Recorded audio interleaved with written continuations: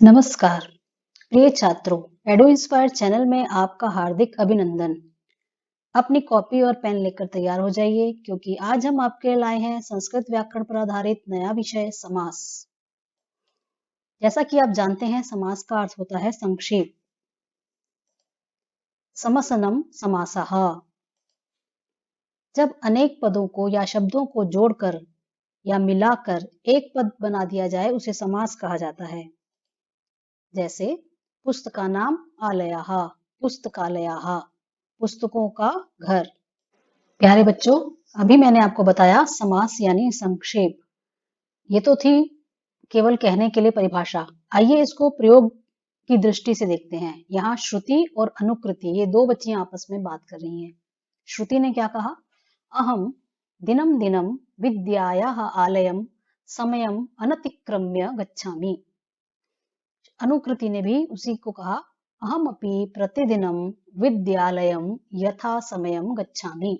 क्या आपको इन दोनों वाक्यों में कोई समानता दिखाई दी? मैं एक बार पुनः पढ़ती हूँ।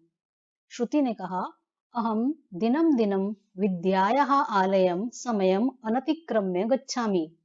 अनुकृति ने कहा, अहमपि प्रतिदिनम विद्यालयम यथा समयम गच्छामि। तो इसे ही समास कहते हैं, जो आपको प्रयोग रूप में यहाँ दिखाई दे रहा है। ध्यान से देखिए, दिनम दिनम, यदि हम किसी बात को जोड़ देने के लिए दो बार बोलते हैं तो उस दो बार को हम समास के माध्यम से एक ही शब्द में बोल सकते हैं, प्रतिदिनम। इसी तरह विद्यायाः आलयम, श्रुति ने कहा, मैं विद्या के घर जाती हूँ। इसी शब्द को हम एक ही पद में बोले तो विद्यालयम।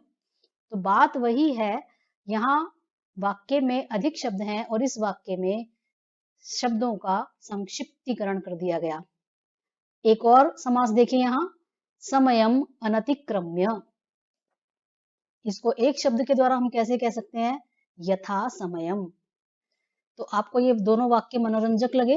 एक ही बात को कहने के दो तरीके हैं, या तो हम अधिक शब्दों का प्रयोग करें और या कम शब्दों का। संस्कृत में कहा जाता है, यदि एक मात्रा भी कम हो जाए तो उसको पुत्रोत्सव की तरह सेलिब्रेट किया जाता है।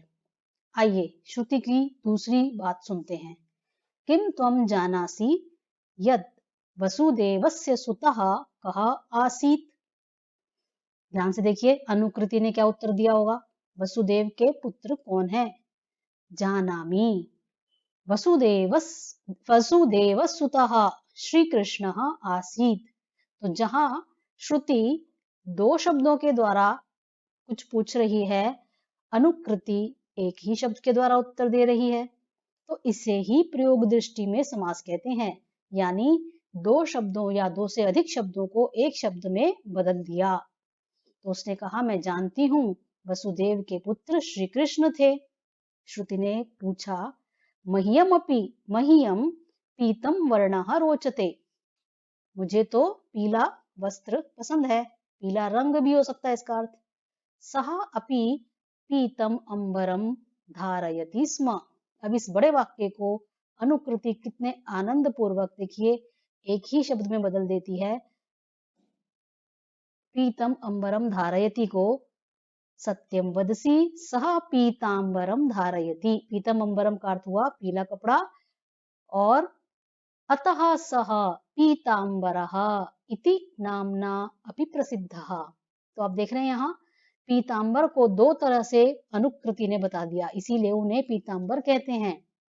मया पठितम यत् कृष्णः च बलरामः च यमुनायाः तटे क्रीडतः स्म। उसने कहा, मैंने पढ़ा है कृष्ण और बलराम यमुना तट पर खेलते थे। श्रुति उसी बात को देखिए कितने आनंद से बोलती है, मयापि पठितम यत् कृष्ण बलरामौ यमुना तटे क्रीडतः स्म।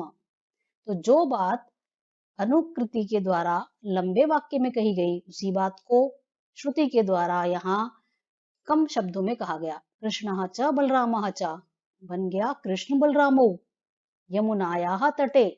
इसको यदि हम एक शब्द के द्वारा यमुना तटे कहें तो यह भी बिल्कुल सही है। तो आपने इस तरह देखा कि जो बात हम शब्दों को जोड़ दे, बीच की विभक्ति को हटाकर, वही समास कहलाता है। तो आपने देखा समास का क्या अभिप्राय है और उसका किस तरह प्रयोग होता है। आइए उसको पुनः दोहराएं। जो समास है वह अर्थ के अनुसार होता है। पहली बात ध्यान रखिए, हमें उसका अर्थ समझने की कोशिश करनी है, तभी हम समास कर सकते हैं। एक और इम्पोर्टेंट बात, यह संज्ञा सर्वनाम आदि से होता है, यानी क्रिया शब्दों में समास नहीं होता। और तीसरी महत्वपूर्ण बात, इसमें दो पद होंगे या दो से अधिक। जो पहला पद है उसे पूर्व पद कहेंगे और बाकी जो बचेंगे दूसरा तीसरा शब्द उसे कहेंगे उत्तर पद। अब हम बात करते हैं समास के भेद की। अव्ययी भाव, तत्पुरुष समास, इसके पुनः दो भेद हो जाते हैं, द्विगु और कर्मधारय। तीसरा है बहुव्रीहि और चौथा है द्वंद्व समास। अब क्रमशः हम इनके एक एक के बारे में जानेंगे। तो प्यारे बच्चों, क्रम से चलते हुए हम बात करेंगे आज अव्ययी भाव समास की। अव्ययी भाव समास कहते किसे हैं? जैसा कि नाम से ही आपको दिखाई दे रहा है, इसका जो पूर्व पद होगा, पहला शब्द, वो कोई अव्यय या उपसर्ग होगा। जब हम इसको समस्त पद बनाएंगे, जोड़ेंगे दो अधिक शब्दों को, तो वो हमेशा नपुंसकलिंग में रहेगा। इसका प्रयोग अव्यय की तरह होता है। इसमें पूर्व पद की प्रधानता होती है। कैसे होती है, आइए उसको समझते हैं। यहाँ आपको एक तालिका दी गई है। ये 10 अव्यय यहाँ लिखे हुए हैं, ध्यान से देखिएगा।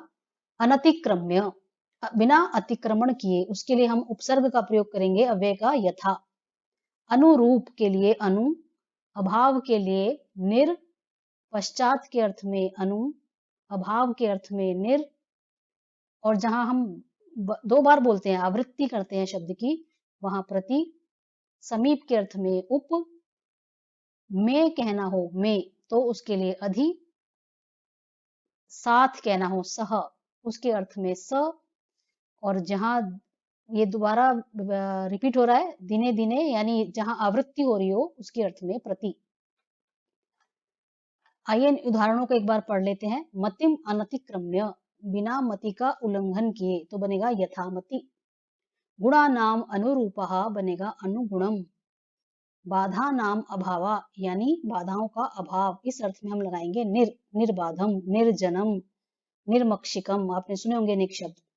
रथस्य पश्चात, यानी रथ के बाद, उसके लिए लगेगा अनुपसर्ग, वो बनेगा अनुरथम। इसी तरह अभाव यदि हमें कहना हो तो निर लगाएंगे, निर्विघ्नम, यानी अभाव है विघ्नों का। प्रतिमासम, यानी हर मास। गुरु के पास, गुरोहो समीपम, यानी उपगुरु। और हरि में कहना हो तो अधिहरि। परिवार के सहित, तो हम कहेंगे सब परिवारम। दिने दिने, प्रतिदिनम। ये जो अव्यय हैं आपको याद रखने हैं, किसके अर्थ में कौन सा अव्यय प्रयुक्त हुआ है। चलिए अब हम अभ्यास कार्य की तरफ बढ़ते हैं। नीचे दी गई तालिका में जो समस्त पद है उसका विग्रह करेंगे और जो विग्रह है किए हुए उनको जोड़ेंगे। निर्मलम, अभी आपको मैंने बताया निर उपसर्ग हमें कहाँ लगाना है। यहाँ देखिए, विघ्ना नाम अभावा, अभाव के अर्थ में, तो हमारा बनेगा मलानाम अभावः। मलस्य अभावा भी हो सकता है। निर्मल क्या होता है, स्वच्छ, मतलब जिसमें से मल निकल गया, चला गया, अभाव है। दूसरे का देखते हैं, एकम एकम। यहाँ पर हमने जैसे दिने दिने, जब शब्द को दो बार कहें तो उसके लिए हमने क्या उपसर्ग लगाया है, प्रति। तो यहाँ प्रति लगाएंगे, प्रति एकम। अब यहाँ संधि करना भी जरूरी है, तो बनेगा प्रत्येकम। अगला देखते हैं, अभाव के अर्थ में हमने क्या लगाया था, अभाव के अर्थ में हमने लगाया था निर। विघ्ना नाम अभावा निर्विघ्नम। तो इसी तरह हम यहाँ भी लगाएंगे, दोषाणाम अभावः निर्दोषम। और हमेशा मां ही लगेगा अंत में। सव्यवधानम, तो ये क्या हुआ, सा लग गया। सा कहाँ लगता है, सहित के अर्थ में। व्यवधान सहित, व्यवधानेन सह। सपरिवारम जैसे बना था परिवारेण सह, तो इसी तरह आप बनाएंगे व्यवधानेन सह सव्यवधानम। व्यवधान कहते हैं बाधा, बाधा के साथ। अगला शब्द देखेंगे निरर्थक। निर उपसर्ग लग गया, इसका अभिप्राय क्या है, अभाव। अर्थानाम अभावा निरर्थक। चिंताया अभावा, अभाव के अर्थ में पुनः निर लगाएंगे, तो क्या बनेगा, निश्चिंत। यहाँ संधि करना जरूरी है, जो र है वो श में बदल गया इस च के कारण। निश्चिंतम, स्नेहेन सहितम, सहित किसके अर्थ में लगता है, और सा बन जाएगा तो बनेगा सा स्नेहम। इसी तरह अगला है समयम अनतिक्रम्य के अर्थ में हमने क्या शब्द लगाया था, उसको याद रखना पड़ेगा। तो हमारे पास यथा शब्द है, अनतिक्रम्य माने बिना उल्लंघन किए। तो समय का बिना उल्लंघन किए इस अर्थ में बनेगा यथा समयम। गंगा के समीप, समीप के लिए हमारे पास अव्यय है उप, तो बनेगा उपगंगम। सहर्षम तो बनेगा स, अभी आपको बताया ऊपर भी, इसके लिए लगेगा सहित, सह, हर्षेण सह तो बनेगा सहर्षम। तो ये है हमारा ऐसा समास जिसमें आपको ये तालिका में दिए गए शब्द और उनके अर्थों को याद करना जरूरी है। ये है अव्ययी भाव समास, क्योंकि इसमें पहला पद एक अव्यय होता है। तो हमें उम्मीद है आपको ये समझ में आया होगा अच्छे से।